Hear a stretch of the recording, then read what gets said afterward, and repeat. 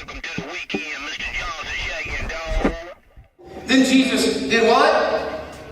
Spit. That's just a fun word to say in church.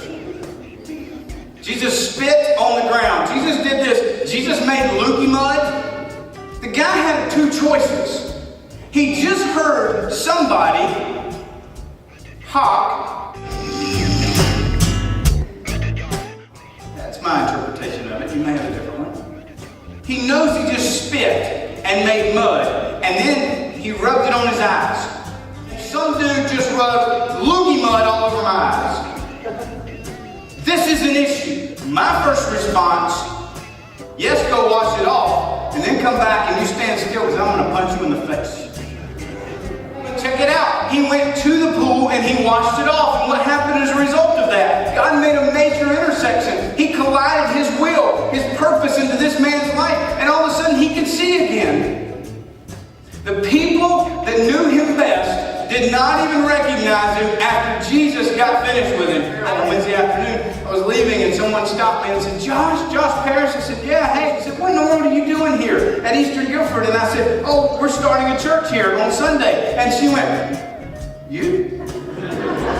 I said, yeah, me. And she went, like you're the preacher?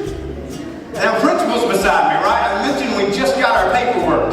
We're finally in there like swimwear and she's trying to ruin everything. I'm like, yes, no, really, me, yes, me. It's cool. See, when Jesus gets a hold of you, something will happen in a way that the people around you won't even recognize you. And it wasn't anything special about this man, other than when Jesus said, get up and go wash that off, he went in the right place at the right time and he did it. As they asked, who healed you and what happened in verse 11? He told them that this man they called Jesus.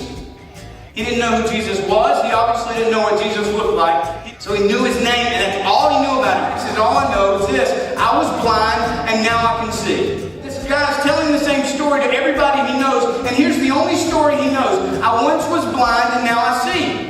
Again, what will you do when God meets you head on at that intersection of life?